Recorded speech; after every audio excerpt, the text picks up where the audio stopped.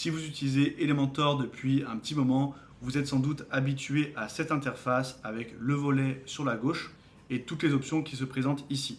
Mais est-ce que vous saviez qu'il est possible d'activer une toute nouvelle interface? D'ailleurs, si vous venez tout juste de créer votre site, vous aurez cette nouvelle interface par défaut. Donc dans cette vidéo, je vais vous montrer comment elle fonctionne et toutes les nouvelles options qui sont disponibles. Donc si vous êtes toujours sur cette ancienne interface et que vous voulez activer la nouvelle, il faut aller dans les réglages sur votre tableau de bord, dans Elementor Réglages, et ici dans Fonctionnalités, vous allez activer barre supérieure de l'éditeur.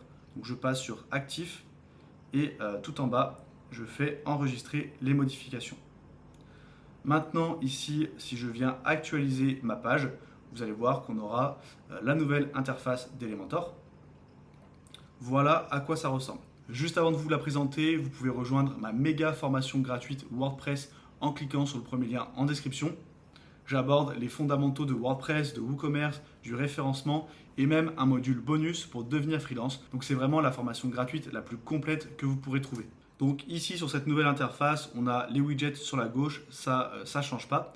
Mais vous voyez que tous les boutons sont maintenant en haut, alors qu'avant on avait la plupart des appels à l'action qui étaient en bas. Donc on va commencer ici par la gauche, on a le logo d'Elementor et on arrive à différents réglages. Donc déjà on a le constructeur de thème, ça va être pour la version pro d'Elementor. Si je vais dessus, je vais pouvoir créer mes différents emplacements, mais ça va vous intéresser uniquement si vous êtes sur la version pro. Ensuite, si je reviens ici, on a l'historique, donc ça très important, avoir l'historique de toutes nos actions pendant notre session et avoir les révisions pour voir d'anciennes mises à jour, d'anciennes versions de la page que je vais pouvoir restaurer si je veux revenir à une version que j'avais il y a 5 mois. Vous voyez que c'est possible en un seul clic. Ensuite, ici, on a la préférence de compte. Donc là, on a quelques petits réglages, pas forcément très intéressants. Je ne vais pas m'attarder dessus. Les raccourcis clavier, donc pareil, je ne vais pas m'attarder dessus, mais vous pouvez découvrir les différents raccourcis clavier qu'il existe avec Elementor. Et ici, revenir au tableau de bord WordPress. Donc c'est un peu plus intuitif qu'avant, je trouve, surtout pour revenir vers WordPress. Avant, c'était caché dans le menu hamburger. Il y avait très peu de personnes qui savaient qu'on pouvait directement revenir au tableau de bord ici. Là, maintenant, je trouve que c'est un peu plus intuitif.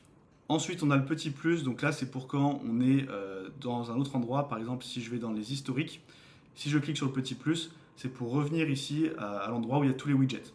Pareil, si je suis dans les réglages d'un widget, je clique sur le petit plus pour revenir afficher tous les widgets disponibles. Avant, c'était pareil, sauf qu'il fallait cliquer ici sur le petit carré. Ensuite, ici, on a les réglages du site. Donc là, c'est des réglages globaux pour Elementor. Donc les couleurs et les polices globales qui vont s'appliquer partout par défaut. Pareil pour les typographies, les boutons. Bref, c'est des réglages qui s'appliquent sur tout le site, tous les éléments générés par Elementor. Hop, je vais cliquer sur la petite croix. Et ici, on a structure. Ils l'ont renommé. Avant, ça s'appelait navigateur et c'était disponible en bas ici. Maintenant, donc, on a le nom structure qui est un peu plus parlant et ils le mettent un peu plus en avant. Et donc ça permet d'accéder directement à tous les éléments qui sont présents sur votre page. Quand vous avez beaucoup de conteneurs, beaucoup de sections, ça peut être pratique pour venir soit déplacer des éléments très facilement. Vous voyez que je peux inverser, hop, comme ceci, deux conteneurs, soit pour venir s'y retrouver tout simplement. Par exemple, si je veux retrouver un élément en particulier, je peux venir dérouler, venir cliquer, et là, ça va me le sélectionner. Donc ça, c'est quelque chose de très pratique quand vous avez beaucoup d'éléments sur votre page. Ensuite, ici, très pratique également, vous voyez que là, si je clique sur la petite flèche, on a les différentes pages que j'ai créées avec Elementor et je peux directement cliquer pour y accéder et la modifier avec Elementor ou bien directement créer une nouvelle page. Donc ça, c'est beaucoup plus pratique. Avant, la plupart des gens, ce qu'ils faisaient, c'est qu'ils retournaient sur le tableau de bord WordPress, ils allaient dans l'onglet Page, ils cliquaient sur le bouton Modifier avec Elementor. Donc il fallait 3 clics, alors que là, hop, vous y accédez instantanément. Ensuite, ici, on a les réglages de la page, donc les réglages globaux qui vont s'appliquer à cette page.